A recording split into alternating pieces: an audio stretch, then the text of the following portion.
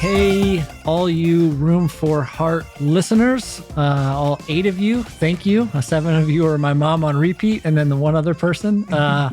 Super good to have you here with us. Again, my name is Phil McCardle. I am the Chief Heart Officer for a company called RoomReady.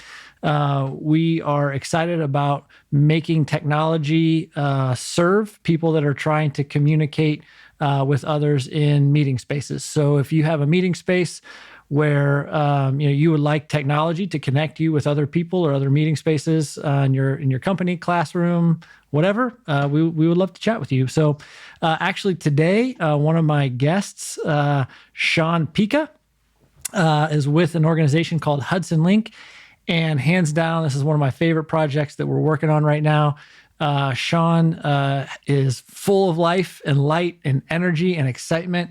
And he is working with a nonprofit that is serving the inmate community. So they are taking care of advocating for inmates, providing ongoing education. I'll let Sean get into a little bit more of what he does soon. But RoomReady has the opportunity to work with Sean to put video conferencing solutions in 6 prisons around New York State. And those classrooms in the prisons are going to connect inmates to local colleges. So they're going to have access to education and to folks, to people, to relationships that are going to help them kind of build a platform while they're while they are in prisons that will help them launch and be more successful as they get out. Sean, I just talked for a long time. Anything that you want to throw on top of that or add in or introduce yourself, please? Hey, I'm Sean. I'm the director at Hudson Link. This is so funny, Phil, because I literally just got off a panel discussion with about 200 people from Mercy College about what the introduction for the first time ever of this video conferencing means for us as professors, students, administrators.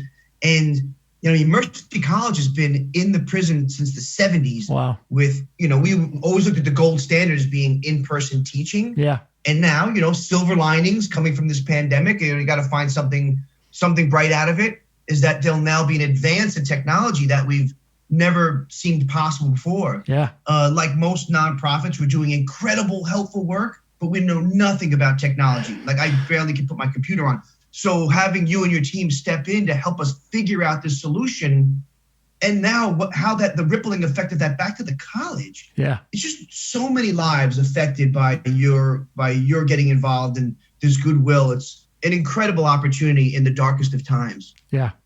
Yeah. No, that's people connecting is the whole game, right? That's everything. That's the only thing significant value out there. Really is how do people and ideas converge and move us all forward, right? Ideally, move us all forward. Obviously, sometimes that emergence is with malicious intent and can help us take a step back. But regardless, like in our world, the more we can get people, the more we can connect ideas, the better we all are. And Sean, you have been super fun to work with. Obviously, we were connected through Cisco. They said, hey, Sean has a needs some classrooms.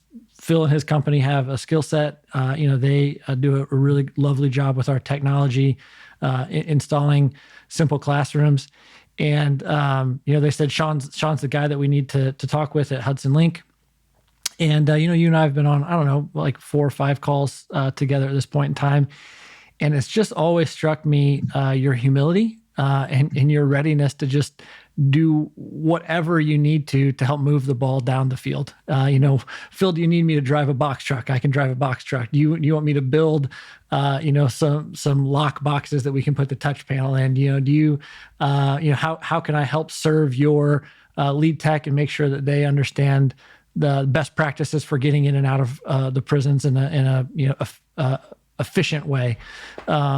Super appreciate your willingness to kind of jump in. And I'd love to, I don't know your backstory. Like, I don't know how you got to be who you are today. But I would imagine that there's a story to tell there. So I would love to just, there. yeah, Story. yeah. People have stories. So I would love to just kind of double click in and like, why Hudson Link? What drove you to this organization, and pull it as far back as you think makes sense. Yeah. And let's hear more about who you are. I'll start by saying Hudson Link for Higher Education in Prison is a degree-granting college program that operates in 6 prisons in New York. We have about 680 men and women currently taking degree-granting college work, all credit-bearing. We start at remedial, pre-college, 2-year and 4-year programming. It's all transferable credits. So even if somebody was released before they finished their degree, they could transfer out to one of the colleges on the outside. We have 6 prisons, medium and maximum security prisons. We have 11 different college partners that all participated in this work.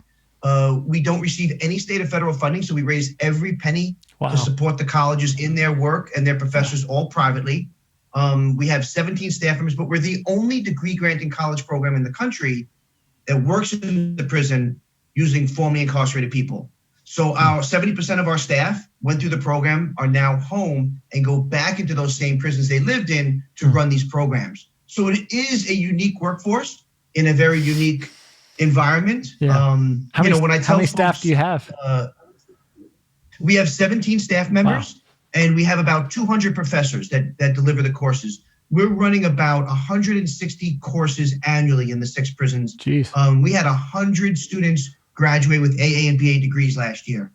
So it's just been an incredible opportunity. But it's really my proudest work when I'm seeing folks I grew up with while inside getting up there and getting their degrees. And I've been home for about 16 years now, but I was 16 when I was arrested. I served 16 and a half years, and I'm now home 16 years. So I feel like the story is coming full circle now. But in New York, 16-year-olds were sentenced as adults in the 80s. So when I was 16 and I got arrested, I made some poor choices. I was sentenced to 24 years in prison. And next thing I know, my head's being shaved and I'm giving a prison uniform and I'm walking into the largest cell block in the country. Wow. I was much shorter. I literally still had braces on my teeth. Nobody looked like me. It was a very black and brown population. And when I say that to folks, generally the room gets really quiet because in their head they're saying, this story does not end well. But it's really, Phil, I can't tell you the love and the way I was embraced by those older men who taught me how to get up in the morning, make my bed. Oh, what, you didn't finish high school? Because when I was arrested, I was only in the 9th grade. Yeah. Oh no, you're going to school. Wow. Guess what? There's a college program here. Taught me how to cook. Taught me how to live. And it sounds like such an odd thing to say I'm learning that in a prison, but these older guys that have been there for decades already, they saw something in me that I didn't see in myself. And there was this community vibe that was just amazing. And don't get me wrong, Phil, I'm not saying you should go to prison to learn these things. But fair. Good point. Good call out. The fact that I did get out early. I only served 16 and a half of the 24 years. Yeah. But when I walked out of those gates of Sing Sing, I had more time in prison than out of prison. Wow. The world should have smacked me right in the face. Like there was no way to really be prepared for that. Well, guess what? Unless you've had a chance to get a higher education, to have some mentorship, to make community connections, to all of those things were only made possible through these amazing folks I met while in the prison. And I realize that is a unique perspective, but it's not only me. We've been doing this now with Hudson Link for 22 years. Yeah. We have a less than 1% recidivism rate, which means that less than 1% of the students that have been through the program return back to prison. Right now in this country, 68% of the men and women who are incarcerated return to prison on their first 3 years home. That is a staggering, horrible statistic. Yeah. And it's just our community pays for that. Yeah. I mean, literally, figuratively, right? Both. Well, I want to kind of double click on a couple of things. First, I just want to call you out on your positivity. I think that's part of why I'm so drawn to you. and I really appreciate our conversations. You know, obviously it was terrible to go inside at 16. You know, and it's kind of like what you look for, you find in a lot of places in our life, you know? So I'm super grateful that there were some older gentlemen in there that saw something in you and called it out. But also, like, if you would have looked for trouble, you would have found that too, right? Like if you would have looked for, and you weren't, you were looking for, you know, like, how do I make sense of this new environment? How do I move myself forward? And, you know, I can't even imagine what was it like walking out at, so you were 32? Is that right? When you 30, got out? I was 33. 33. Yep. Okay.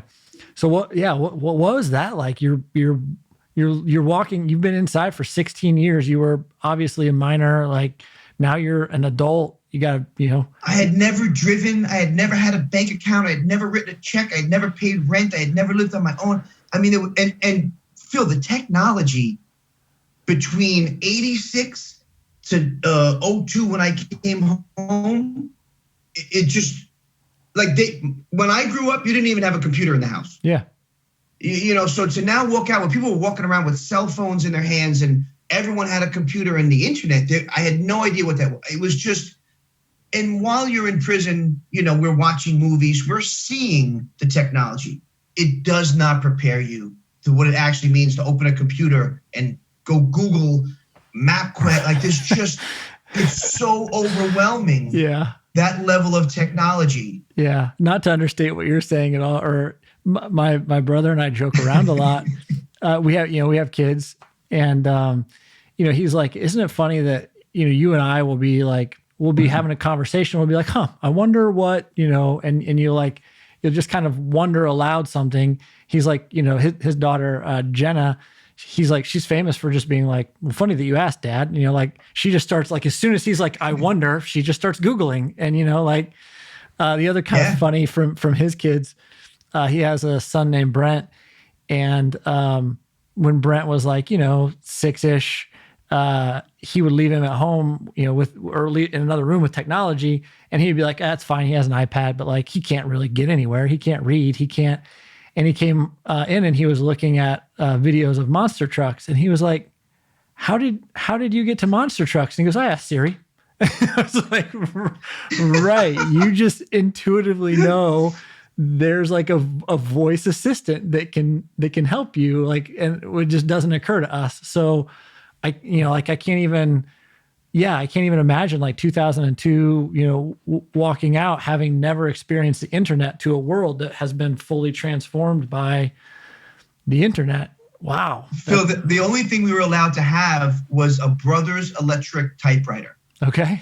So I did all of my undergrad work on a typewriter. Yeah. So every time there was a rewrite or a professor gave me a feedback, you only had 12 pages of memory. So after each time you had to erase the memory and start over. So if you had a rewrite, I'm back at 2 in the morning retyping papers. And then I get home and I'm living with family in Pleasantville.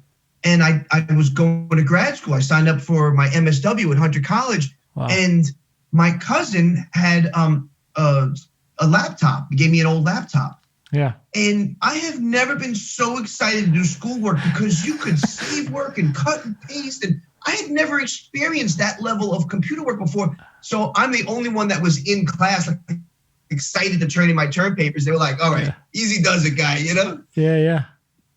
No, that's crazy. So, okay, so you walk out, and again, like, you look for what you find, or you find what you look for. So you walk out, like, technology is a real big freaking deal. What about, like, just, was there, I mean, you had to be, like, to some extent, like, terrified, right? Like, what?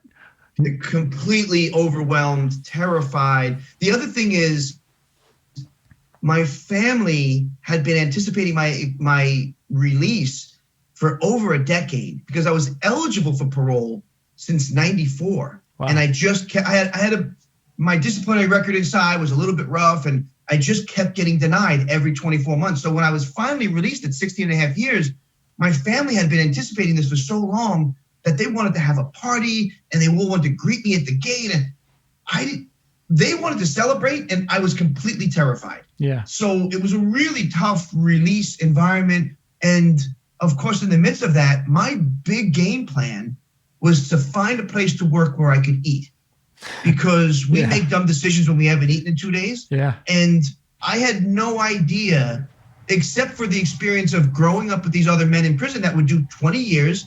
They'd get out. 8 months later, they'd come back, and they'd have now 25 years. And I would watch these really smart guys that seem to have all their stuff together just keep coming back. Yeah. So I said, how am I going to be any different, especially since I came in as a kid? I had no life experiences. And I was just so afraid that I wouldn't be successful, knowing if 68% of the guys like me don't make it, what even gives me an encouragement to try? So I got out. I went to a halfway house up in Peekskill. Yeah. And when I got there was an Italian restaurant on the corner. Yeah. And I just walked in there, and I'd worked in food service off and on in a different prison. I lived in 9 different max prisons over that time. Wow. So always in food service of some capacity. Yeah. And I just walked in and said, hey, it was Friday the 13th. It was December 13th, 02. I walked in and I said, I just moved in 2 blocks away. You're about to get a ton of snow. When the rest of your staff can't make it, I can walk to work. Wow. I need a job. And the guy says, man, you're hired. He goes, unfortunately, the only thing I have open is busing positions. Now, what I didn't know is that's like a teenager's part-time role. I'll take it. So they gave me $10 a shift. Yeah. And all I could eat. But little did they know I had been the state powerlifting champ. I weighed about 200 pounds, powerlifting competitively for years. I nearly broke them. They just kept putting plates of food out there. These gotta stop at some point. Oh my God. So it was an experience. But $10 a shift, I had earned 18 cents an hour for half my life. When they offered me $10 a shift, I'm like, you got me. Let's get started. Dude, I freaking love you so much. It's ridiculous. So, weird fact about me. So I've never actually had a support or recovery issue, but I used to be very involved in the support and recovery community. I actually lived in a halfway house when I was a senior in college doing an internship. You're going to think this is ridiculous, but so I went to Bible college. My background is a pastor. I was actually a pastor for about 12 years, and I took an internship with a church in Portland, Maine. From Illinois originally, moved out to Portland, Maine, and my first Sunday at the church that I was helping to get off the ground, launch, to get started, there was a woman there who had said, hey, I'm moving across town. I'm moving from one side of Portland to the other. If anybody's available and can just help carry some boxes, that would be incredible. I'm like, shoot, at this point in time, I'm 20 years old. I got nothing but time. I have no friends, so I'll carry some boxes, So I go and I carry some boxes, and she actually had a daughter that was about my age, named Beth. And Beth was a little bit standoffish at me on day one, but it turned out she needed days of help. So I was there for 3 days in a row, just kind of carrying boxes back and forth and helping clean up. And by day 3, you give me 3 days with almost anybody and we'll be buddies. By day 3, Beth was like, hey, it's kind of weird. My mom's going to church. I don't really love religious stuff. And I knew you were from the church. So, first couple of days I was kind of cold towards you, but man, you have been so helpful to my mother. And she tells me you're new in town and you don't have any friends. My buddies and I all play volleyball on Sunday nights. You want to come play volleyball sometime? And I was like, of course.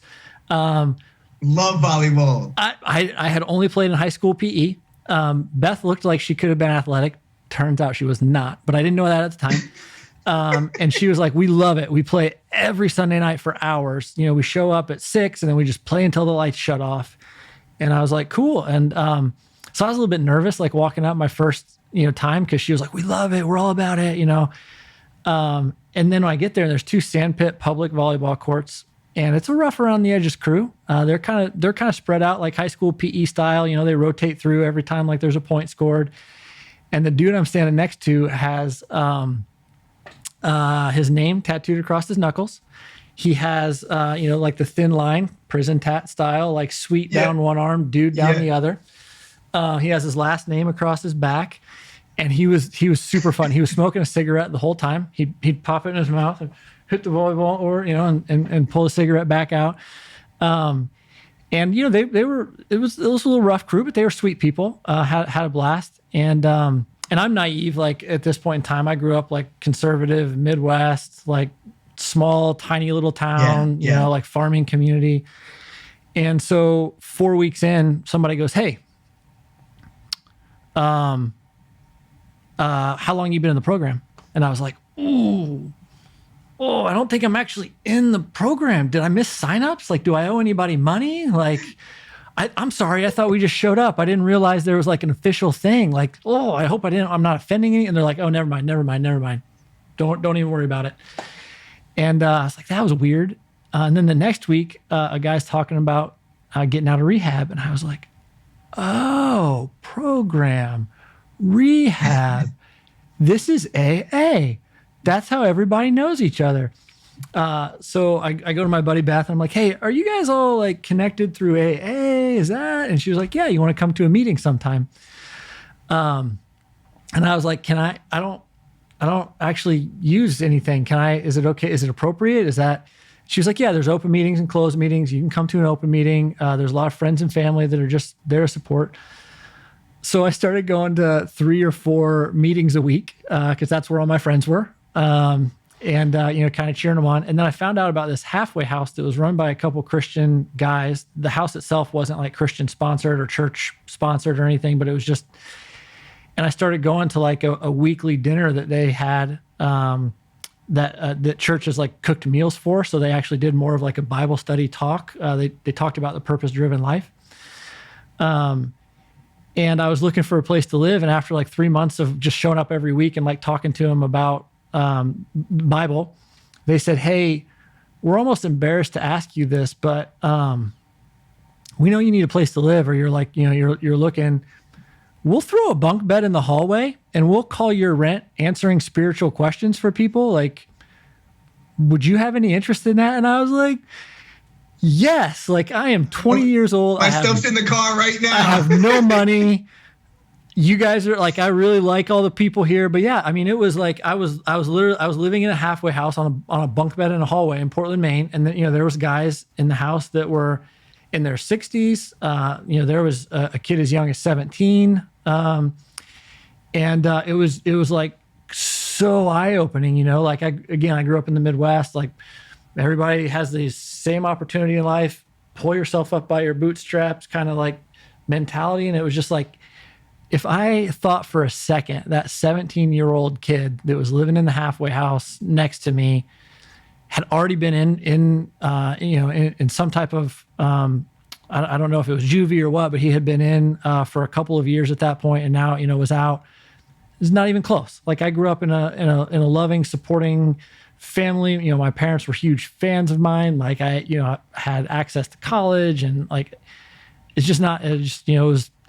So, it's super interesting. You being like, "Yeah, I was in this halfway house, super close to the pizza store." Like, ironically enough, I actually lived in a halfway house for a small chunk of time. And you know what, Phil? I ended up in that halfway house by what I thought was just like some poor planning. Yeah. For years, my family was talking about my accommodations and who I was coming home to and who was going to give me this and how they're going to help me. But you know what? When you finally walk out that door, it's never what you expect. And my family was a little scared. Yeah. Anyone that's been institutionalized, whether it's the service, from the war, from a hospital, or from a prison, I was gone for 2 decades. And my family started to say, "Well, what's coming back to us?" Yeah. And, they knew I had some really hard disciplinary stuff, in and out of solitary confinement. Like, what's going to return to our family, and do we want that in our house? Yeah. And at the 9th hour, as I'm finally get a parole date and I'm finally walking out the door, they thought, "You know what? Maybe coming with us, we won't really be able to support you the way you need to be supported." And the plan B was the priest at the prison ran this informal halfway house through Catholic Charities. Mm-hmm. So he said, "Dude, I got a bed for you. Like, don't sweat it." So what I thought was my plan B actually was the best scenario, because like you're saying, living in an environment like that where guys are in recovery, trying to get on their second chance, pull things together, was incredibly helpful for me. And now, I mean, that was 16 years ago. Now, 16 years later, I'm now building a whole brand new nonprofit that takes dilapidated homes in impoverished communities and uses formerly incarcerated men and women to partner with local contractors to renovate them so that guys like me have a bed when they come home. Right. And we now have the first home done. 5 of our students are living in the house. It's the nicest house on the block. Yeah. And the second home is, we just got finished doing all the demo. We got all the building permits and the architectural drawings, and now we're starting the second phase of construction now. So it's just been an incredible journey. I love, for me, any day you could build something with your hands is a good day. Yeah. So it's great you're wearing a suit and doing administrative stuff during the day. I can't wait to take that suit off and put a tool belt on. That to me is when I'm happiest. Yeah. But I have the best job in the world because I could do both. Yeah. No, I'm with you there. That's what one of the things that excites me too. One of the things that you talked about, like recidivism, whether it's back to criminality, or whether it's back to like abusing substances, or it's all connected back to that I think access to people and relationships, right? Like when I was in the support and recovery community, it was staggering to me how many people relapsed until I was really a part of it, because then I was like, well, of course they relapsed. All of their friends are actually still in that life. Like all of their habits are still connected to that way of life, and of course. And so like what I was trying to do then was build like access to community and groups. To tell you another super funny story you'll laugh at. So I ended up at Boston working for a church startup in Boston. And we, because of my living in a halfway house, I had some connections to some Boston halfway houses. We ended up, getting men and women in the church connected to people in recovery.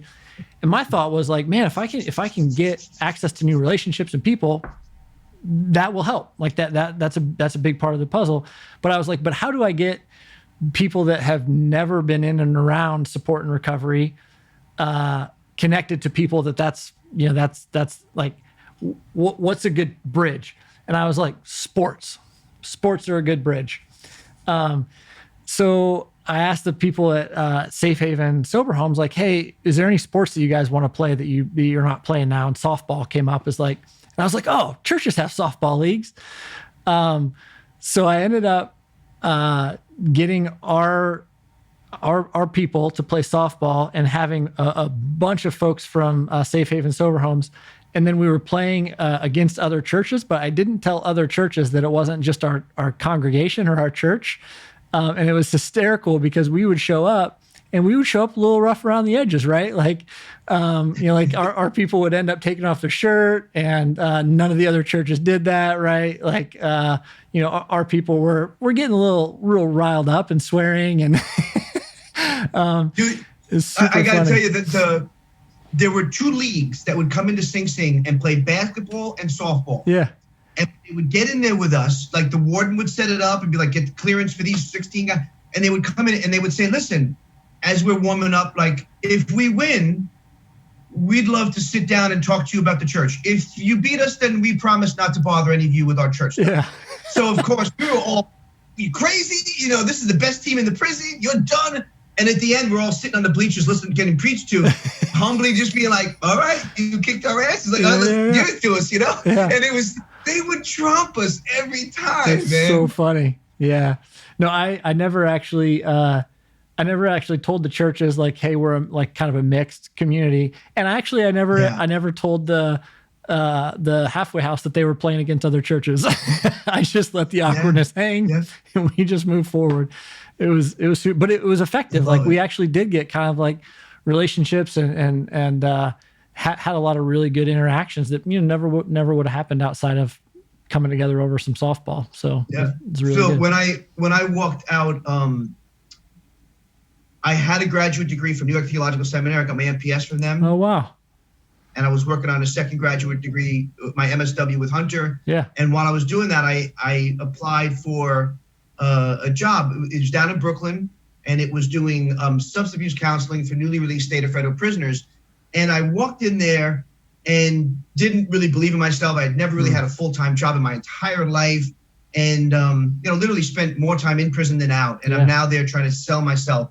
And the guy didn't really care about my low self-esteem, didn't care about my credentials, because he said every single person that I put in this position only lasts 3 or 4 days anyway. So quite frankly, the onus of this is literally on you. Yeah. If you can make it work, great. We're paying $45K a year. We wish you the best of luck. Show up Monday. So I get there. Wow. Now I'm scared. Like, all right, now nobody before me is making this job work. Yeah. And it was, the substance abuse counseling through the state and federal parole meant that they had intensive levels. So these were the guys, men and women, that were coming home that needed 5-day week, twice a day, hour-and-a-half courses on substance abuse. Wow. And I walk into that group and I got my suit and tie on and I'm looking nerdy as hell with my glasses. And as I'm going to sit down, this kid Jay stands up, taller than me, big black dude, comes right up to me, gives me a hug, and he's like, dude, oh my God. He goes, are you in this group? And I started to hesitate, and he goes, oh, fuck, you're running this group. And I said, yeah. He's like, how did you get this job? So now I go to sit up front with the owner of the agency, as he's going to introduce me as the new counselor. Yeah. And I can hear people saying, oh, you know him? Know him, man. We grew up together. That's it. So yeah, the leader, like the owner, Joe, introduces me and leaves the room like, yeah, good luck with that. Yeah, yeah. And he comes back an hour later, and all he has is 20 guys rolling laughter as I'm telling stories about getting high in prison as a teenager, and the older guys that would chase me down, because there's no secrets in any prison. I'm in maximum security prison. So I was always trying to sneak off and get high. You can't sneak off in prison. There's no secrets. Yeah, yeah. So the older guys literally would grab me in the yard by my ear like a dad or a big brother and drag me across the yard to the drug dealers and say, if we catch you giving Sean drugs, and these guys are all laughing. But next thing you know, my suit's off, my jacket's off, tie's off, and I said, can we get to work now? Yeah. And next thing you know, it's standing room only, twice a day, 5 days a week, as guys just want to be heard. And guess what? The group that could never work, all of a sudden, they're listening. Because I'm telling these young guys, I don't know what prison you went through, but I'm not getting high anymore. I'm not going back on purpose. I'm not going to be that statistic. I'm not going to be that number. I got to fight. I owe it to my family, my community. I owe it to myself. Yeah. And you know what? These young guys, if you've been through it, you've been through it. And all of a sudden, they just start listening. And next thing you know, they're working. And then their urine start coming back clean. And they start doing better. Yeah. I love it, dude. That's so how long in between the pizza shop and leading that group? Wow, not a lot of time. I mean, I worked in the pizza shop. I was always working construction somewhere because I always worked in the maintenance shop on the inside of the prisons, and I had a skill set. And little did I know, I went through grad school to get a master's degree. But while I was doing that, I was working midnights doing handyman work in the city. And then I graduate and realize I'm making more as a handyman part-time than a social worker full-time. So I never put the tool belt down. And I just continued doing that work. But I also felt like I was using my past substance abuse issues, my new credentials with a graduate degree in social work. I was using all that way more on a construction site than I did anywhere else in my life. Yeah. And I just, I always led by example. Yeah. If I had a team of 5 guys in the prison doing maintenance work, I wouldn't ever ask you to do anything that I wouldn't do myself. Yeah. So I was always in the pit. I always led from the bottom. And I just always continued that on the outside. Yeah. And I think now, when I took over Hudson Link, there were 66 students. We had 1 part-time staff person. We were in 1 facility with 1 college partner. Yeah. And now, 12, 13 years later, we have 17 staff members. We have 11 college partners. We have a $2.6 million budget that we get no state or federal assistance for. I raise the whole thing privately every year. Yeah. And, 2 award-winning documentaries, one with HBO, one with First Degree. All right. I forget what the other one's with. Sorry, brain No lock. worries. But yeah. I just love the being able to promote it and grow it and do all that stuff, and just do it knowing that I wouldn't ask you to do anything I wouldn't do myself. Yeah. I'll be right beside you. So was it that position as the counselor and then Hudson Link, or was there something else in between? Oh, no. I continued doing the busting tables while I was doing a grad school. Yeah. And then as I was graduating, I got a job at Strive down in Harlem on 123rd Street as a case manager, doing employment counseling for young men and women. Then I jumped to Tri-Center in Brooklyn, then Community Access down in the Village, doing housing for people with mental health disabilities. And then I became the assistant director at Club Access, which is a clubhouse for people with mental health disabilities that had everything from food to housing assistance to just daily counseling. And I managed that for about a year. And then during that time, for about 2 years, I was on the board of Hudson Link. Yeah. So they had a commitment to having a student that went through the program have a board seat upon release. Mm-hmm. And when they offered me that, I was so honored. I was just so honored to have a position with decision-making capability. Yeah. And like from the very first meetings, I would get asked a question, how do you disseminate textbooks in A-Block? This is how we do it. Everybody else at the table is writing furiously everything I say because nobody else knows how the program works. So after about 2 years of that, we were talking about hiring our first director, and the commissioner of corrections was actually on our board. Yeah. And he said, man, you should be on the committee to help pick what we're looking for here. About 3 months into the search, the president of the board, the warden at Sing Sing, and the commissioner of corrections cornered me at an event. And they said, man, would you consider being the director? We're getting these resumes from around the country. You're already doing the job as a volunteer. Let us just pay you for it. Yeah. And I said, man, I would be honored, but I've been earning 18 cents an hour for half my life. We got to renegotiate my salary. And they have been taking really good care of me ever since. And the thing that they said to me was, when I interviewed, they asked me, where are we going to be in 6 months? Yeah.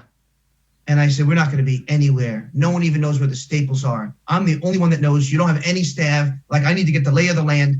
I said, actually, what we need to do is move from one facility to medium and maximum security facilities so men can move. Yeah. We need to serve men and women because we can't just serve the male population. And we need some kind of reentry component. Yeah. We need a safety net because college ain't enough. Yeah. And the VP on the board leans over to the president and says, I don't think Sean knows how this interview process works. He's asking us questions. Yeah. And the president of the board leaned over with the commissioner and just said, we have $18 in the bank. We have no fundraising plan.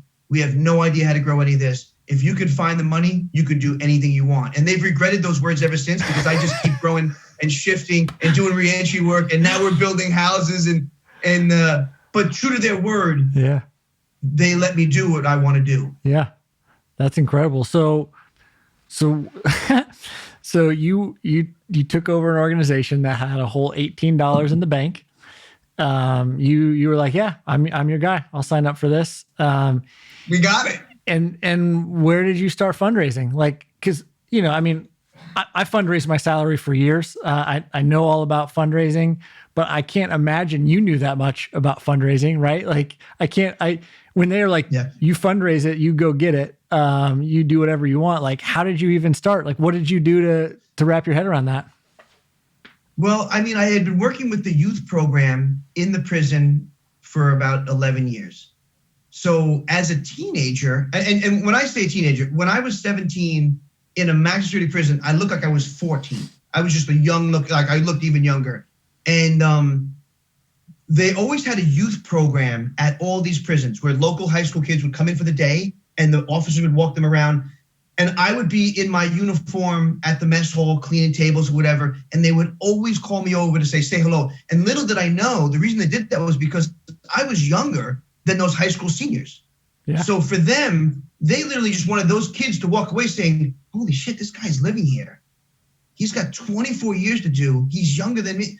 And, like the officers would tell me later, like, yeah, you were the biggest part of this whole program. They would never come back to it. I mean, they would never make a mistake after seeing you. Because if it can happen to you and you look like them, well, geez, it could happen, Yeah. So I did that for years.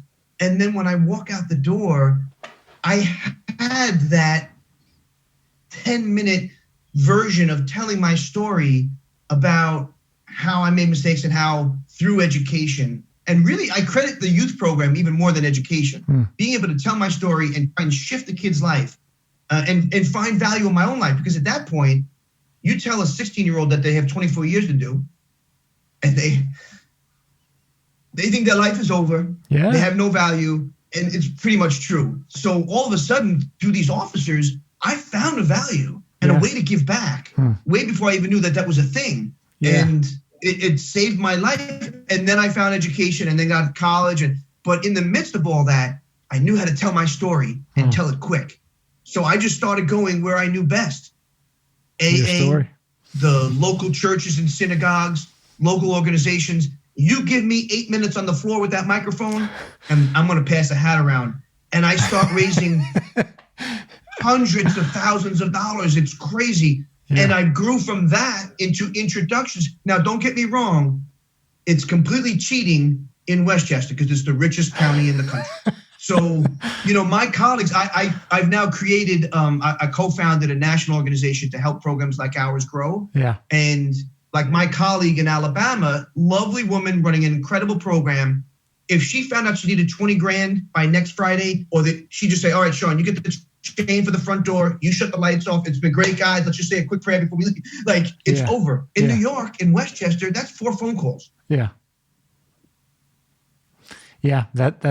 Well, to be fair, for that woman, it might also be 4 phone calls. She just doesn't believe that. And she doesn't believe in the power of story, right? Yes. Like, I mean, that's the, oh, gosh, dude, the more I talk to you, the more excited I get about just who you are and the way that you've leaned into, every part of it. Right. Like, story is so real, right? The reason why I started this podcast, is stories are really the only thing that really matter. Like they're what connects us as humans, right? Like we all might be focused on different things.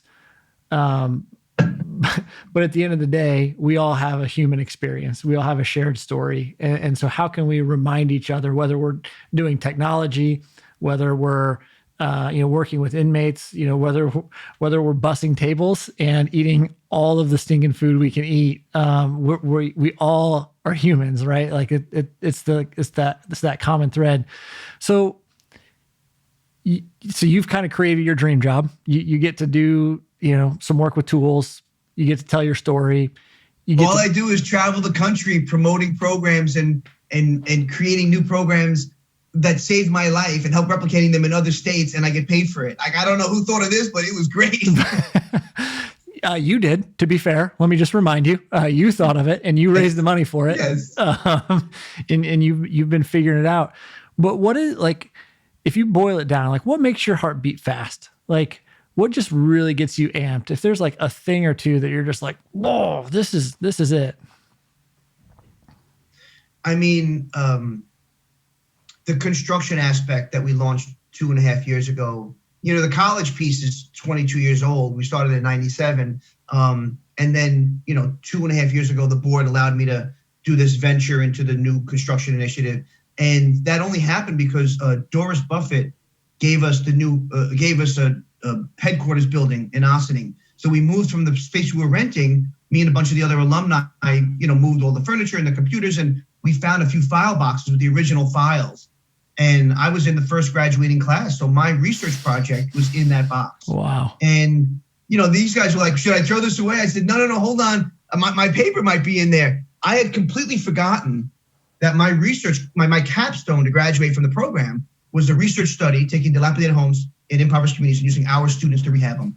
And I was just like, wait, I could do, and I started showing, not a proposal, I just started showing that term paper, which, trust me, it was like a C-, a ton of red ink all over it, and not the best read in the world, but some of the folks I was showing to, like, wow, this is incredible. What do you think? And one of those folks, she said, Sean, why are the fonts all different on the, like, what's going on here? I said, oh, well, I wrote it on a manual typewriter 21 years ago while living at Sing.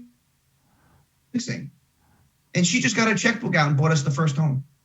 And people started hearing about that, and they started buying, here's the cabinets, here's the toilets, here's the sheetrock. One local contractor, a pretty big contract developer, Martin Ginsberg, you probably know Ginsberg Development. I don't, he made awesome. the big complex down on the waterfront in Ossining.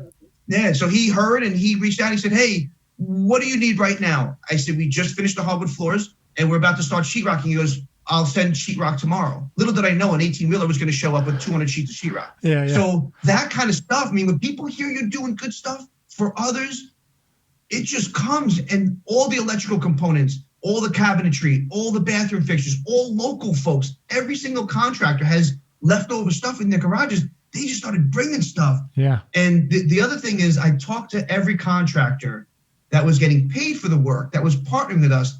Hey, give me an estimate. This is what I'm done. But part of the deal is you have to use our formerly incarcerated guys as laborers or helpers or whatever. Every single one of them, everyone laughed and said, dude, you don't think I already have formerly incarcerated folks on my team? Or they themselves, as the owner, were formerly incarcerated. Mm-hmm. And the Jacob Burns Film Center, who's been involved with a few things we did a TEDx and stuff at the prison. They've been involved with us for a couple of years. They heard about the new project, and one of the directors at the film center said, hey, can I film you at the closing with the attorneys? Like, it'd be really cool to a group of formerly incarcerated folks buying this home for other formerly incarcerated folks, and he goes, who knows how you might need that footage later, but it might be helpful with fundraising. Yeah. So he comes in and he films the closing, and then we leave the attorney's storefront and we go over to an attorney that, by the way, donated all of his time and resources and did it for free, the closing. And then we all walked over to the house over in Ossining, right behind the prison. And it had been abandoned for 7 years. And like the floors were buckling, the ceilings were caving in, the windows, it was just horrible. And we walked in there and he filmed us walking through the house and talking about what it was going to look like. Yeah. And, he called me 3 days later and he said, dude, I can't stop thinking, can I film the whole project? It'll be free. Just make sure there's coffee on the site.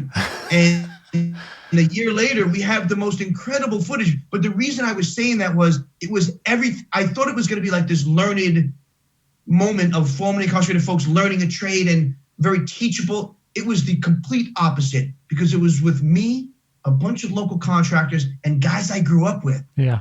Just hammering nails and swinging sledgehammers, and we just had the most fun ever as we built something new that would be essential. Yeah. They say a safe bed is the single biggest indicator to a successful transition. So if we could create that bed and give it for free as someone comes out of prison, like, that's what we're shooting for here. Yeah. So I'm going to play a little bit of devil's advocate here.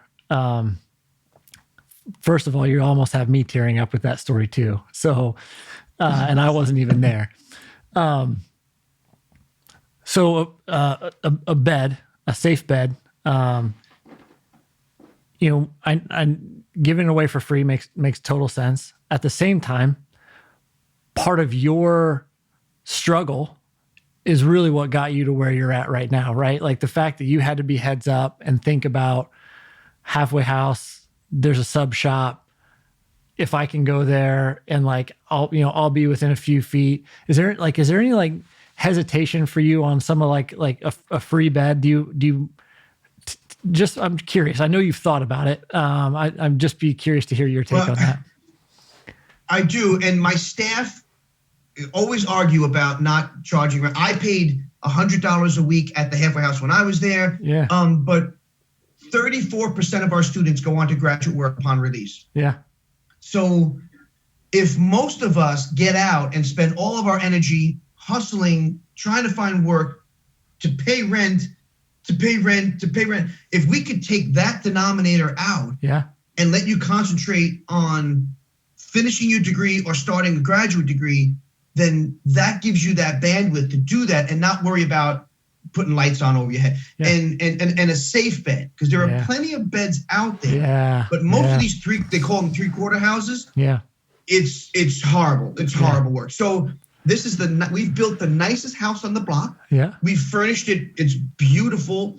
Like the commissioner of corrections was visiting Sing Sing one day, and I got a call from the warden at Sing Sing, and he said, "Hey, I got the commissioner here. He wants to pop in and see this house that you're working on."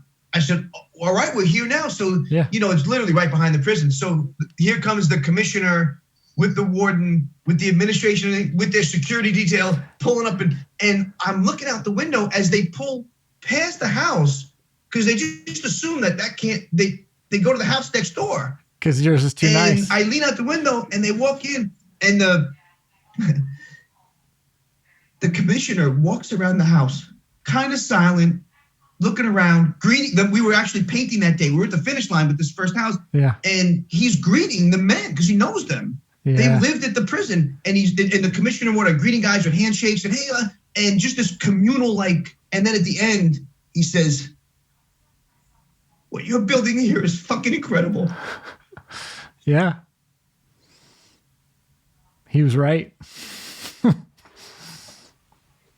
That's lovely, man. Gosh. And then they make me put a suit back on and then run the rest of the program. Dude, you've packed more life into 16 years out than most, 52. Is it 52? Is that how old you are right now? 52 today. 52 today. Yeah. 52 today. You've packed more life into your 16 years of 52 than most 52-year-olds have. Oh my gosh.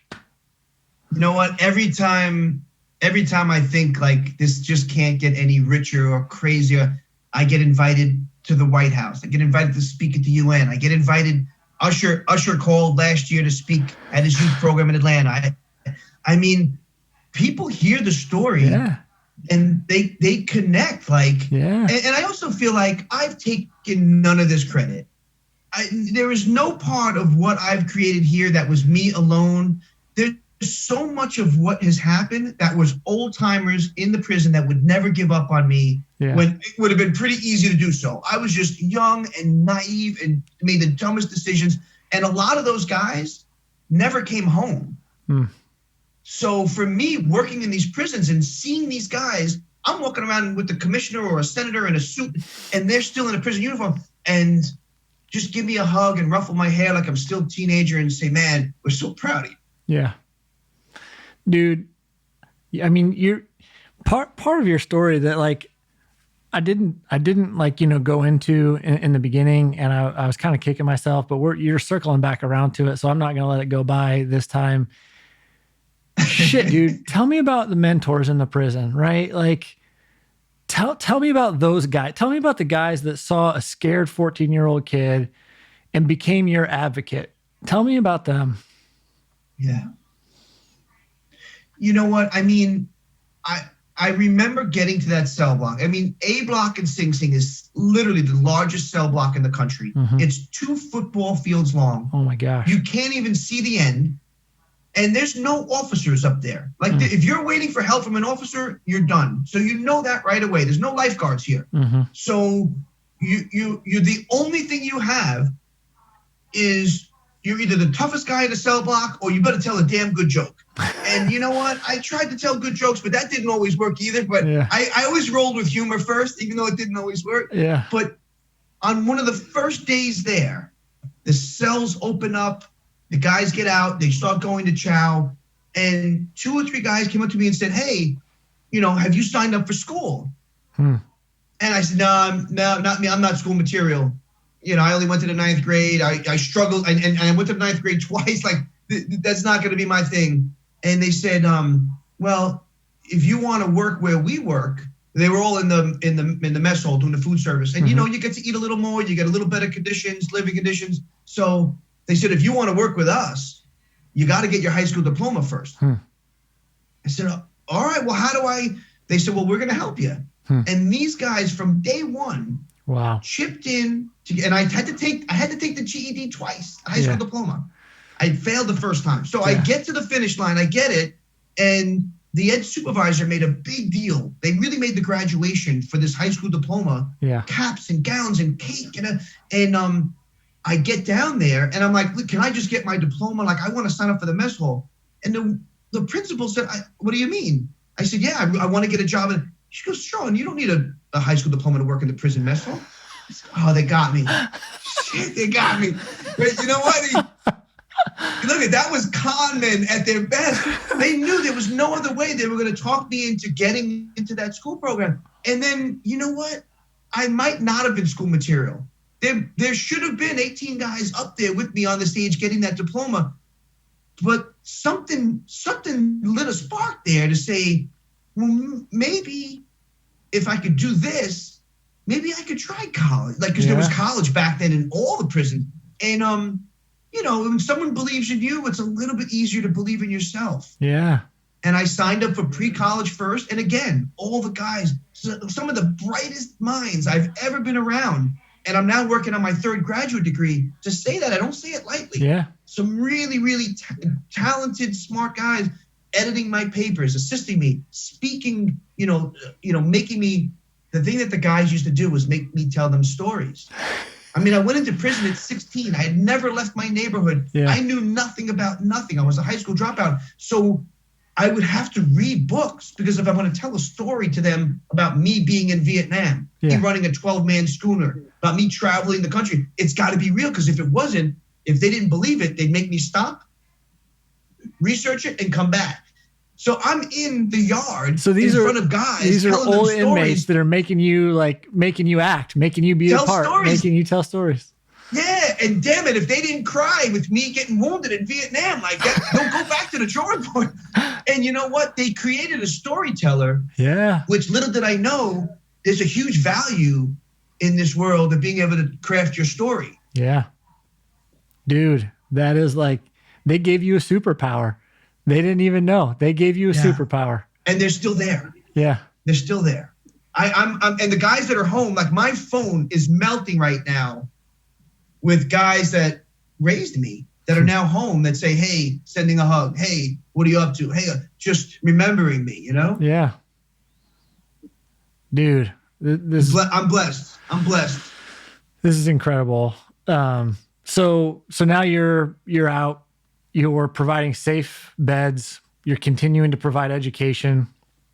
You're thinking about all the different factors that play in. You're thinking about,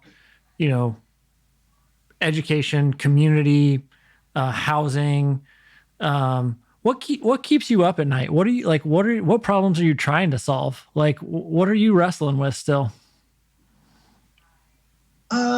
God, I wouldn't call any of it problems. I'm the co-founder of the Alliance for Higher Education. You're the most positive dude ever. I just ask you up, and you're like, I don't have any problems.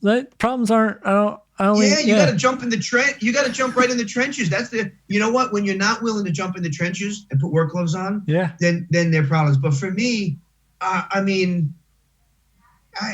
just the thing. One of the smartest things that the guy said to me, because I wasn't good at school. I was always the guy that struggled in that classroom. And yeah, sure, I'm working in my third graduate degree. No part of that was easy for me. Yeah. And the things that the old timers said to me way back when was, you don't have to be the smartest guy in the room. You just got to surround yourself with smart people. Yeah. And I just made sure if you're coming in to interview to be on my team, you got to know more than I do. That's the rule. Yeah. And I'm not making any decisions alone at the helm. I'm bringing in a group. I have a program team, a construction team, and a reentry team. I've hired 70% of my team is formerly incarcerated, and that mixture of formerly incarcerated and folks that haven't been to prison to make the decisions is why we're the single largest program in the state and about the third in the country And now we're with this Alliance for Higher Education in Prison, a national org helping other programs grow. Yeah. We're currently helping Tennessee and North Carolina right now. Yeah. That's incredible, dude. I know that's not an answer, but I don't, you know what? I grew up really young in the bakery. When I was making bad decisions and I was in and out of solitary confinement, I kept getting sent back to Comstock Correctional Facility. Yep. It's a disciplinary jail way upstate. And every time I would get there, they'd throw me in the bakery because they knew I had to bake. Mm-hmm. And I was feeding 3,000 people 3 times a day, all the desserts. Mm-hmm. And if you weren't a good baker, trust me, you didn't hold that job very long. Yeah. And I was doing, as a teenager, I was doing all the hiring, the firing, the baking, the ordering, the scheduling, and managing a staff of 5 there were 6 of us. So I was managing a staff of 5 people that, I was running the whole show, but we had to be at work at 4 a.m. 7 days a week. If you were late, you didn't come back. Mm-hmm. And because of that, and I love that job dearly, I literally still have upstairs in my bedroom a stack of greasy index cards with all my recipes from the prison on it. I saved them all these years. And so now if I sleep till 5:15, I jump up because I feel like I've overslept. Yeah. I've never owned an alarm clock, and I attack every day at 5:15. What's on the agenda? What's going on today? Who am I helping? Who are we helping? Yeah. And you know what? At the end of the day, you're clicking 3 things off your list. Yeah. Yeah. That's incredible, dude. So we're right at an hour. I'm going to go ahead and call this a close for us. This has been like the funnest hour of my week. I feel like I could probably do this with you. Is this episode 1? Dude, no, it should have been. No, I'm just kidding. I had my buddy Jerry Jenna on here, episode 1. This is I think this one's number 5 or 6. Super incredible. Go ahead and put out your website. I'm sure there's a bunch of people that will listen that will want to know more, want to connect with you, any social media stuff. Just go ahead and talk about any of those things for a hot minute.